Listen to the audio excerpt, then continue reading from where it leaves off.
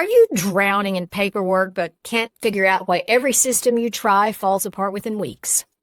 Or maybe you're spending hours perfectly filing away papers that honestly don't even need that level of attention. Let's be real. No one ever sat on their patio with a glass of wine and thought, I wish I'd spent more time color coding my utility bills. If that sounds familiar, you're in the right place. Today, we're diving into the psychology behind paper overwhelm. I guarantee some of what we share is going to completely flip your perspective on what paper organization should actually look like in 2026. And paper can be challenging, but it doesn't have to be. This is the first in our new series where we'll cover everything from active files to long-term storage. But today, we're starting with the most important part, the mindset. We're breaking down 5 common myths that are likely holding you back and keeping you stuck in an avalanche of paper. If you're new to our channel, welcome. And if you've been around, welcome back. I'm Adrian. And I'm Mary. And together we're on a mission to help women improve their lives 1 week at a time. We post a new video each week here on YouTube, and once a month we host a monthly live where we start here on YouTube and then we move into a private Zoom room so we can get to know you better and answer any questions that you have. We'd love to have you join us, and we'll leave the information for that below. So let's talk about the truth of paper pressure. Paper doesn't judge you. You judge you. Here's what nobody tells you about your paper. It feels endless because, well, it literally is endless. And that's normal. We're not trying to stop the flow. We're trying to manage it. Absolutely. And Mary, if you think about paper, and I'm definitely putting that in air quotes, it's much more than what you bring home or what the mailman drops off. It's all the inputs that come into our lives. It could be emails, texts, group pages. And then because we don't want to forget it or lose it in the virtual abyss, we often are then printing off those pages, which just adds to the physical amount of papers in our home. And this is completely normal. In fact, paper today is what does come into our home. The paper you already have, the paper that you've stashed or stored, the paper that you generate in terms of notes and ideas. Our brains are designed to use physical paper. Our ancestors have used a form of writing with their hands since the cave days, and we all grew up managing paper. Now, luckily with technology, we don't have to wait to get news or communicate with loved ones, but at the same time, we feel this pressure to go digital with apps and calendars and even journaling online. And you can if you want, but we found that that doesn't always work with us, and it's not natural to do so. Yes, and this brings us to the key issue, which is because we were so used to doing everything on paper and having that paper really be the only backup for things like our notes or how to look up information from a conference or everything like that, we tend to now overcomplicate our papers and we wind up keeping them for way too long.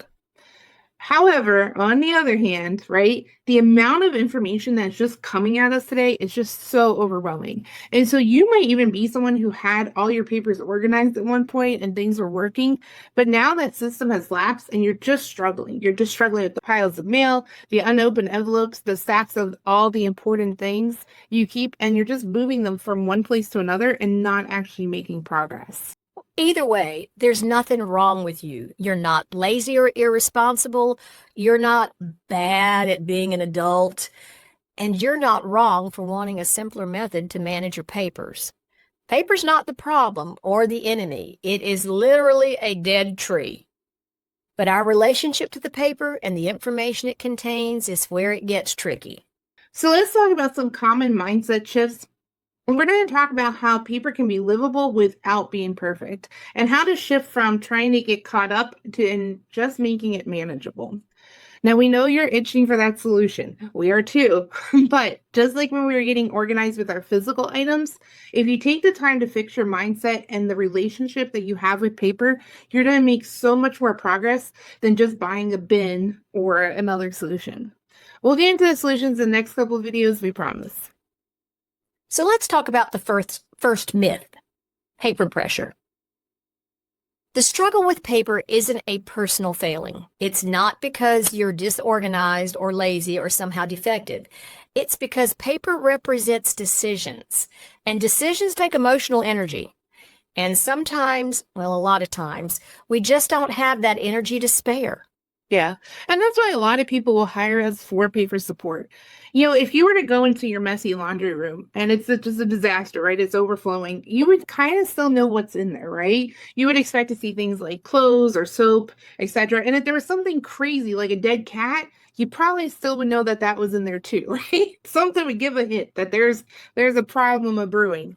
But with a pile of paper, unlike that laundry room, you don't know what's in there. That small little stack of paper could hold everything from junk mail to love letters to bills that you may or may not be able to pay right away. Perhaps you have a winning lottery ticket or uncashed checks, which sounds crazy, but so many of our clients do find money while we're helping them organize, Mhm. right? It's just basically this treasure trove of emotions and to-dos. And remember, that pile of medical bills sitting there, it's not disappointed in you, but they might be about anxiety about your health, about money, about systems we don't understand. Those insurance forms you haven't opened, they're not rolling their eyes, but we act like they are.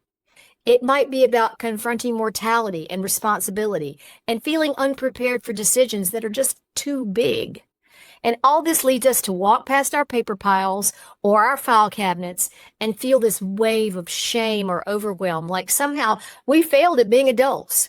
So when you avoid opening that envelope, you're not being irresponsible, you're being human. Your brain is protecting you from overwhelm the only way it knows how. But here's the thing, avoiding it doesn't make it go away, it just makes it grow bigger in your mind. That unopened stack becomes this looming thing that takes up way more mental energy than it deserves. That shame spiral goes like this. Papers pile up. We feel bad about the piles. We avoid the piles because they make us feel bad. The piles get bigger. We feel worse. Round and round and round. Yeah. And Mary, you mentioned medical bills, and that's actually something that I'll go in to help a client, either with their physical space or with their paper. Nobody ever calls me in to help with their stack of overdue medical bills. But they're just sitting there like this elephant in the corner, and we're like, do you want some help with those? And the bill itself is designed to make you feel bad, right? We all know that red overdue stamp, and they make the notices. Now, there's some legal reasons for it, but they make the notices so convoluted. And so you might get 4 or 5 statements that are really just related to one bill, but it looks like there are 4 or 5 different bills, right? And so what I find is that with my clients is I'll go through and I'll categorize, and we'll actually figure out what they actually owe, which of course then they can negotiate with the medical provider. But I always will ask them, like, how much do you think it is? And it is amazing. They are usually 25-30% higher than what the actual bill is, because it's just designed to make you feel like, oh my gosh, I gotta take action and I immediately have to send this check.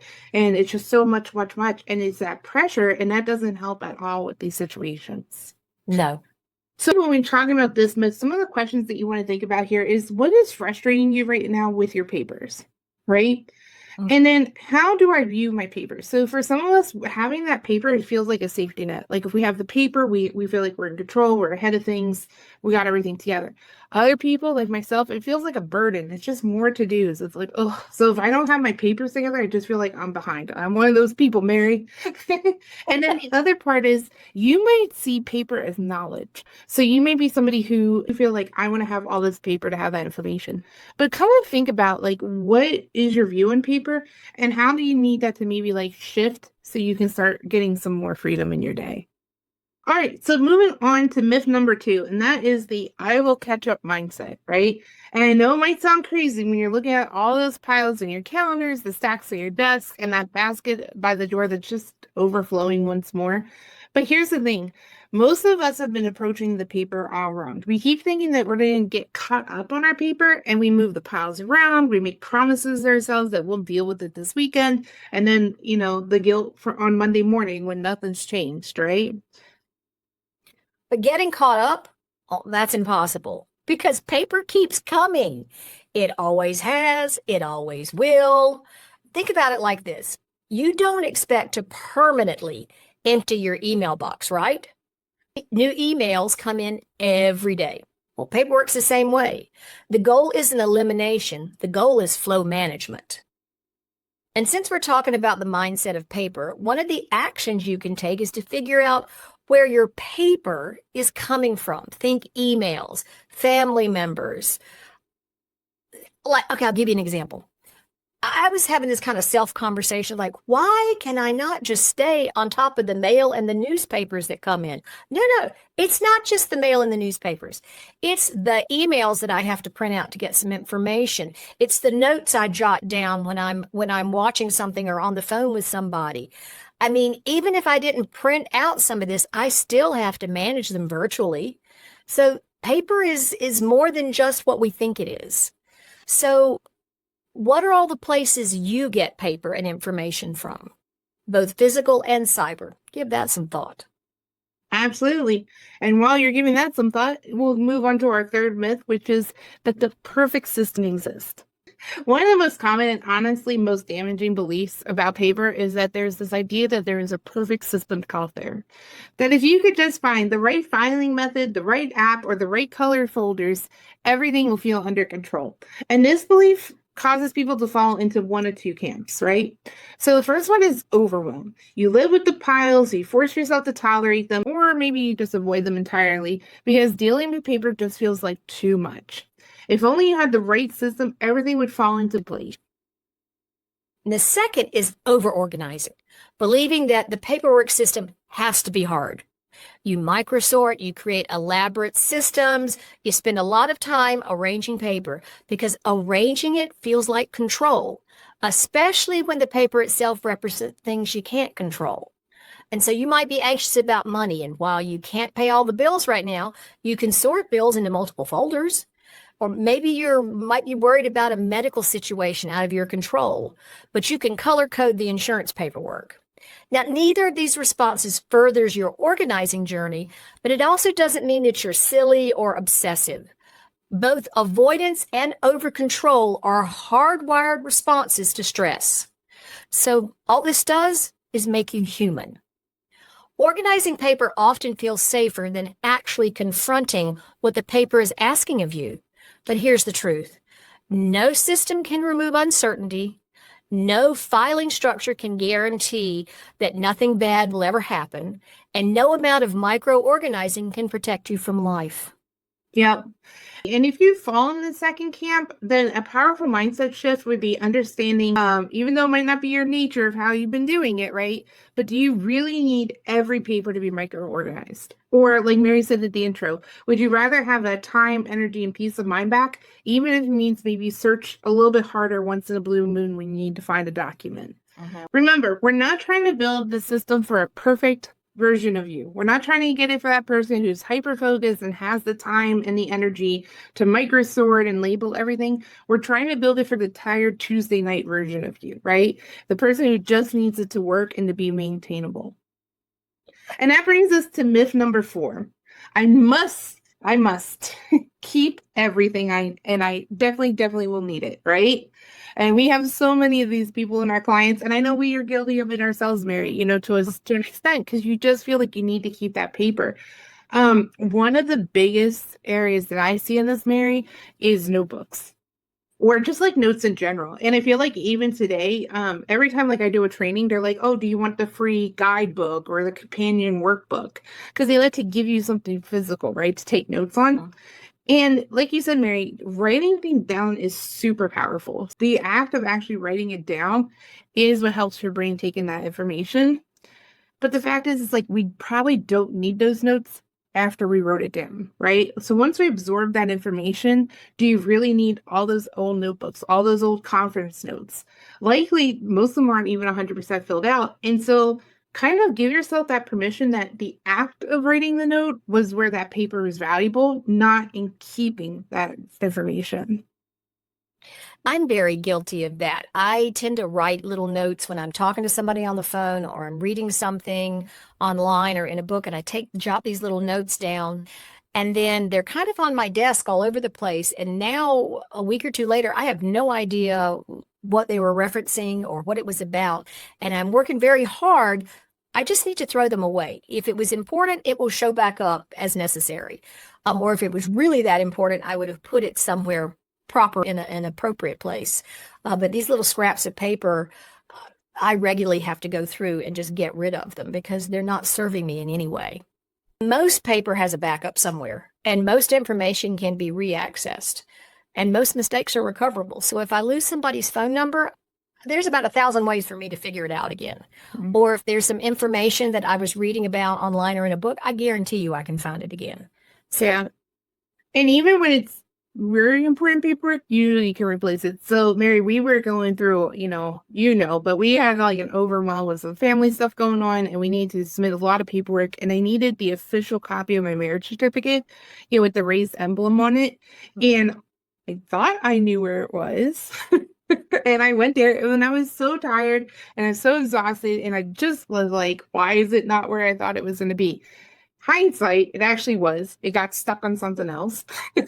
But you know what happened? I went online. It took me 2 minutes. Of course, I do live in Ohio and they're very paper friendly here. But we went online. 2 minutes later, $5 cost for shipping.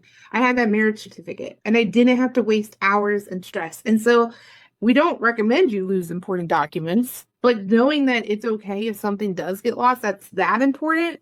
How much more okay is it if you lose like the warranty to your egg cooker? You know, life will move on and the time that you're saving is going to be worth it. So, if you're somebody who's kind of falling into this, I need to keep everything, just like when we talked about the physical organizing, creating some simple rules is really going to help here because it's going to allow you to get rid of the bulk of the items as you're sorting through, but it's also going to allow you to not build up those items again in the future. So, some examples are here, like maybe you create a rule that you're just getting rid of all the old magazines. If you haven't read the magazine, you have that stack that you feel like, oh, I should get to, and you haven't, you're just going to start fresh. After this month, you're like, you know what? I'm just going to purge those. And then as they come in, I'm going to take the time to read them. You could get rid of certain types of receipts. So, especially if you're not keeping them for tax documents, like I don't keep grocery receipts anymore because I'm not going to return the grocery item. I know, okay, it's a grocery receipt or a restaurant receipt. I just toss it. I'm good with that. Maybe it's bills. Like some of my clients, maybe they have every single bill that they've ever received, right? And I know that this is also popular with some other influencers on YouTube. It's almost like they're trying to make the bill payment system so much more convoluted. Like it has gotten easier. When I get a bill, I personally keep the bill until I pay it. And then unless I need to keep it for, tax reasons or whatever, I get rid of the bill after I pay it. I know other people, once the bill clears the bank, like the next month, they go ahead and get rid of it. But if you're somebody who's holding on to every single electrical bill, do you really need that? Have you ever really gone back and referenced those electrical bills? yeah. And they're about you creating them and deciding what's important and what's not. So, Absolutely. It's all about you. You make the rules. But once you have your rules, you're going to find it helps you make progress. yes. And the super sauce, secret sauce is you can also sometimes you can change those rules too. You can change your mind Yes. because you control everything. Now, myth number 5, the who I want to be or fantasy paper clutter. And we're talking about, magazines, reading materials. This is similar to the last myth in that we feel we need to know everything to take action. So if we delete an email or toss an article, that may be the one thing I need to be the best hobbyist ever. So you take that fear and you combine it with information that you like and enjoy reading, and suddenly you have years of piles of paper, articles you've pulled out, magazines, all kinds of things that you realistically won't be able to read and still have time to do the hobby, project, or interest that you want to do. So you need to ask yourself, what do I really use and what is holding me back from getting rid of it? Fears of needing it in the future, even though you haven't used it in the past 5 years, finding the resource again, a copy of the pattern, all of those things when you're thinking about your who I wish I was self. Yeah, absolutely. And so there is the paperwork that's actually things you're interested in, like the hobbies, but then we also have that other side of that fantasy self trap, which is I will one day be somebody who cooks, or I will one day be somebody who has a beautiful garden. And so we're keeping all of that information as well. Or like, oh my gosh, the craft supply catalogs or the travel catalogs. Like we were joking, Mary, in the past about how like you get all these cruise catalogs to your house and you're like, who's just gonna pick up the catalog and be like, oh, let's go on a Viking cruise this week, you know? Yeah. Let me just flip through. But we keep these things and they keep adding up. So one, it's kind of falling into the too much paper, but it's also like you feel like you're not good enough because you're not living up to that fantasy just because you saw a recipe in a magazine and you decided to keep it. So why are we carrying those burdens? I think an example for me, Mary, is I like the travel magazines or newspapers like, oh, there's this cool little chocolate shop, or there's this cool little natural bridge or something like that. And I'll keep those articles, but then when I'm out traveling, I don't have them. They're sitting at home in a basket. And I'm like, well, that's helping no one. So now I don't know what it said. It's at home, just collecting dust. And I'm having more of a negative experience while I'm out because I feel guilty that I don't have that piece of paper that's at my house. And so again, could we have taken action on it if it was important, or could I just throw it away and just be like, well, we're just gonna explore and explore, you know? Exactly. Or Google the information. I mean, there's a thousand ways besides paper to find information. Yeah. And just being okay with that. It's knowing who you are, what your current interests are. You know, they don't have to be the interests of the past or of the future. They can just be who you are in this moment. The other part of that is, like you said, Mary, how much time do you want to spend managing paper versus actually being out there doing it? So whatever your hobby, your interest, your craft is, do you want to spend the time filing the paper or actually living the experience? Yeah, there was my favorite meme is there's a complete difference between buying the tools for the hobby and actually doing the hobby. They're two different things, apparently. Very much. So, having said all of that, here's really what we want you to take away from today's video and actually from the entire paper series. First, paper is more than just what the mail carrier brings. It's mail, it's emails, it's texts, it's school portals, it's medical portals, it's notes, ideas, information coming at you from every direction. Yeah, and while some paper does need your attention, the faster you can understand what does and doesn't deserve your energy, the faster you can move on with your life without that constant nagging feeling. And second, you do not need to address all your papers at once. You don't need to choose a system today. You don't even need to decide what stays or goes yet. In fact, it's often better to let your paper guide you. Right now, all we want you to do is notice your reactions. What stresses you out? What feels heavy? What papers do you avoid and why? Because papers should serve your life, not the other way around. A messy, imperfect system that actually works is far more powerful than trying to maintain documents for some invisible standard, or better yet, an imaginary person who probably shouldn't be snooping through your papers anyway. Yes, and we're going to continue to build on that key idea that not all paper deserves the same level of attention. We're going to talk about active paper, the things that require your action and your attention right now. We'll talk about long-term paper like taxes and legal documents and reference papers. With the right mindset and structure, most paper can be handled within just a few minutes a day, and the truly important paper really only needs your attention a few times a year. Frankly, some of us only do it once a year. And just like an over-cluttered room, you could do a marathon to get your papers in order, but honestly, that's not always realistic. Instead, working in small chunks of time, even just 10 to 15 minutes, will make a difference over time. So if you're watching this and are overwhelmed with bags and cabinets and shelves of paper, fear not. For most people, the papers that deserve the most intentional care are true reference documents, ones you need for day-to-day activities like bill pay, emergency situations, or if someone would need to step in to help. Yeah, and we do offer an emergency binder that you can purchase on our website. It's designed to help you gather and organize that information quickly and without the decision fatigue. And it has some really great survival tips from lots of first responders and experts that we interviewed for it. But while we do sell that, we understand that you don't want to necessarily always purchase another solution, right? We're not trying to force another solution on you. So we're actually going to create a whole video that will go into emergency situations and having that material ready, whether it's a true emergency like a fire or evacuation, or if it's like the school calls and they need a copy of, your birth certificates. Yeah. Whatever that emergency is, we have an option for that, and we'll kind of help you with those reference pieces. Because I think that's a piece that a lot of times we miss out on there. We talk about the active paper and the long-term paper, but there's really that key reference material in the middle. Oh, absolutely. So struggling with paper is normal and human. It's not a character flaw. It's not a sign that you're failing at adulting. It's simply part of living in a world where information comes at us faster than we can process it. Yeah, in the next videos, we're going to talk about the practical options and show you how to start reducing the overwhelm, whether you have 5 minutes or the whole afternoon. And again, if this resonated with you, please hit the like and subscribe buttons below and let us know in the comments what part of paper organization has you stressed out the most. Until next time, friends, cheers. Cheers. Bye. Bye-bye.